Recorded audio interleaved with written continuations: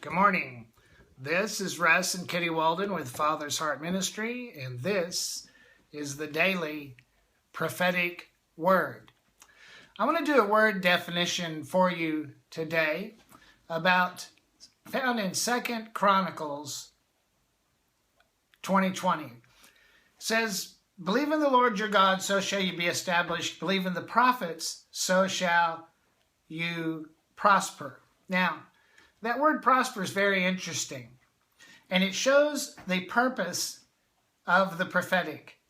And it's quite the opposite of the way the prophetic gets handled by many people. It says the word prosper there means to break out, to go over, to come mightily, to be good. We talked about this yesterday in Morning Light, our daily Bible study. You get on the phone with somebody and, "How you doing?" You say, "I'm good." "Are you good?" "Oh yeah, I'm good." The prophetic is intended to put you in a place that your testimony to others is, "How you doing?" "Oh, I'm good. I'm good." Why? Because of the purpose of the prophetic. Somebody made the statement, "Well, God is my prophet." "Oh, really? Then why does God give you prophets? In hope of you allowing the prophetic to be a part of your life. We can't circumvent the gifts that God has for us. Sometimes we attach ourselves to one gift and we ignore the others, but we need all of the fivefold ministry that are listed in Ephesians chapter 4, verses 11 and 12. God called my wife Kitty and I to be advocates in our portion for the prophetic ministry. Initiating a dialogue. Who is the prophet in your life? Who is the person who brings prophetic gifting in your life? Well, that person, whoever he or she may be, is the one ordained by God to bring you to the place that you, and I'm reading the definition of the word prosper in 2 Chronicles 20:20, that you break out, come mightily, go over, be good, be suitable, be available, be profitable, to cause, to affect, make, or to send prosperity. So the prophet can send you prosperity. That's what his anointing is intended to do. Now, many prophets don't get that. I was talking to someone yesterday, and there was a prophet who she'd been meeting with for some time on a one-on-one basis, and this prophet told her that usually I find at least one thing wrong with somebody the very first time I meet them. So here was a prophet who thought that her calling was to immediately find something wrong with somebody. Can I tell you, that is not what the prophetic is for? That person grossly misunderstands their calling.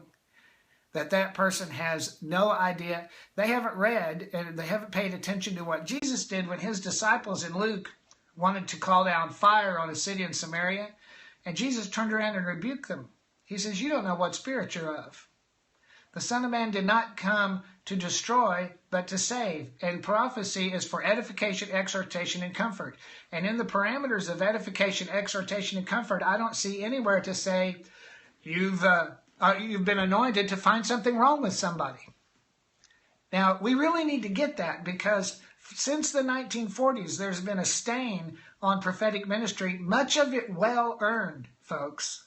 Those of you that are called to prophetic ministry, very, very well-earned, because of the negative attitude of the stereotypical prophet stalking the aisles at a meeting, stroking his chin, determining who he was going to rebuke that day.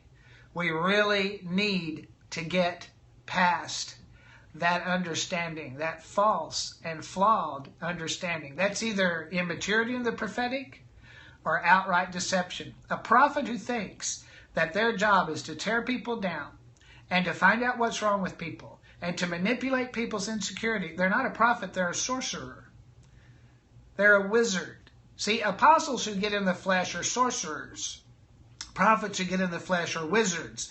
How do you know you're a wizard? Because you peep and mutter. If you look it up in the Old Testament, it talks about the false prophets who peep and mutter. In other words, you use a legitimate gift in an illegitimate way. You turn that gift on and you peep, you look into someone's life, and then you mutter what you say, what you see, and you begin to come after someone's insecurities and tear them down and make them feel bad and cause them, in so doing, to become dependent upon you. Now that you've accepted the fact that I found something wrong with you, then you're not going to feel better until I make you feel better and pronounce you well. And it is such a manipulative, demonic handling of prophetic ministry that is intended to, again, let me read the definition to you again. Believe the prophet, so shall you prosper. The prophet in your life is here to do one thing: to cause you to break out, to cause you to come mightily, to arrive, in other words, to go over, to be good, to be profitable, to send prosperity, to make, to prosper. Paul said this. When Paul talked about the gift of prophecy in 1 Corinthians, he says, how shall I profit you unless I speak to you in words that can be understood? In other words, speaking a prophecy instead of speaking in tongues. But notice his goal. How shall I profit you? And then another place, he said, the gifts of the Spirit are given to profit with. It didn't say the gifts of the Spirit were given to rebuke, to excoriate, to denounce, to denigrate, but that's how the prophetic and how the gifts of the Spirit have been handled. And you and I get an opportunity to grow up and say, we're not going to do it that way anymore. And we're going to speak up. See, much of this doesn't get said, because whenever you expose the prophets who think they have the 007 anointing, in other words, everybody else has to edify, exhort, and comfort, but many that think they're in the office of a prophet, they believe they have the 007 anointing, that they can excoriate you, denounce you, and pronounce death on you if you don't listen to them. And it's interesting that the person that I spoke to yesterday was in a failed business, and they were seriously wondering why, when they'd done everything they knew to do and their business was suffering. I said, right there, you're coming under the assault of a human spirit. See, we don't wrestle against flesh and blood, but that isn't all people are. People are flesh and blood, but they also have a human spirit that can assault you just like a demon. And when someone perverts the anointing of God to come at you in that way, it is a tremendous attack on your life, and you have to know how to deal with that. And so I'm just coming to you to speak a word of release. I release you from every prophetic word that was ever spoken over you, contrary to what God says about you. I release you. I break off of you today every illegitimate word curse spoken out of the parameters of edification, exhortation, and comfort, as the Bible plainly. We say, prophets, well, I'm a word man. If you are a word man, sir, if you are a word man, young lady, you are going to be someone who is committed to edification, exhortation, and comfort as the parameters for your prophetic office. And I just encourage you, let's grow up into our calling. So, the prophetic word for today. The Father says today, that I am your defense. You will not be decimated. You will not be diminished. You will not even be distracted from that which I'm currently saying and doing and leading in your life. This isn't the end of a thing, says the Father. It's the beginning of a thing. Even that thing that you've waited for so long, I am fulfilling my will in your wilderness. The wilderness shall bloom. There shall be showers of blessings even in the dry places. For I am with you, O my beloved. I will never leave you. I will never forsake you. I will show my favor to you in such a manner that even those with the elder brother mentality will say, that's not fair. They will say, that's not fair. And guess what? I will invite them to the party. Those that have excluded you and maligned you, I'll show mercy upon them and promote and bless you nonetheless. So let go of all bitterness of spirit.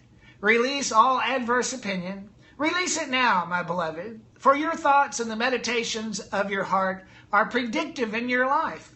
What happens next in your life, beloved, is largely determined, says the Father, by what you would visit down on the heads of your detractors. So, in loving them, you are loving yourself. In forgiving them, says the Father, you are forgiving yourself. Love them, forgive them, on my terms and not theirs, for this is your hour. You can afford to be magnanimous, for I am bringing the expanse of my glory over your life as a canopy of extreme favor. Be flexible, says the Father. Be forgiving. Be a yielded vessel. Let all opinion and hardness of heart be removed, and a soft heart of flesh made in its place. This, says the Father, is the hour of your visitation. You will walk with me robed in white, and you will know the day of my appearing, says the Father, in this moment that you have cried out to me in. God bless you. Go out and have a great day. If you'd like to receive personal ministry, go to propheticnow.com. Maybe you'd like to fly in to Branson, Missouri, have a one-on-one weekend with us, a mentoring weekend. That's something that many are doing, coming from all over the world. Maybe you would like to have a prophetic, it's about 1 hour, a prophetic counseling session that you can schedule at a convenient time for you. You can find out about that at the website, propheticnow.com. Yeah, maybe you had a dream recently and you believe God was talking to you. You can request biblical prophetic dream interpretation. Or you can ask for one of our prophetic team to release a prophetic word over your life. There are many, many, many testimonies. Click on the feedback link and see thousands of testimonies of people whose lives have been changed through the prophetic spirit. God bless you. Have a great day.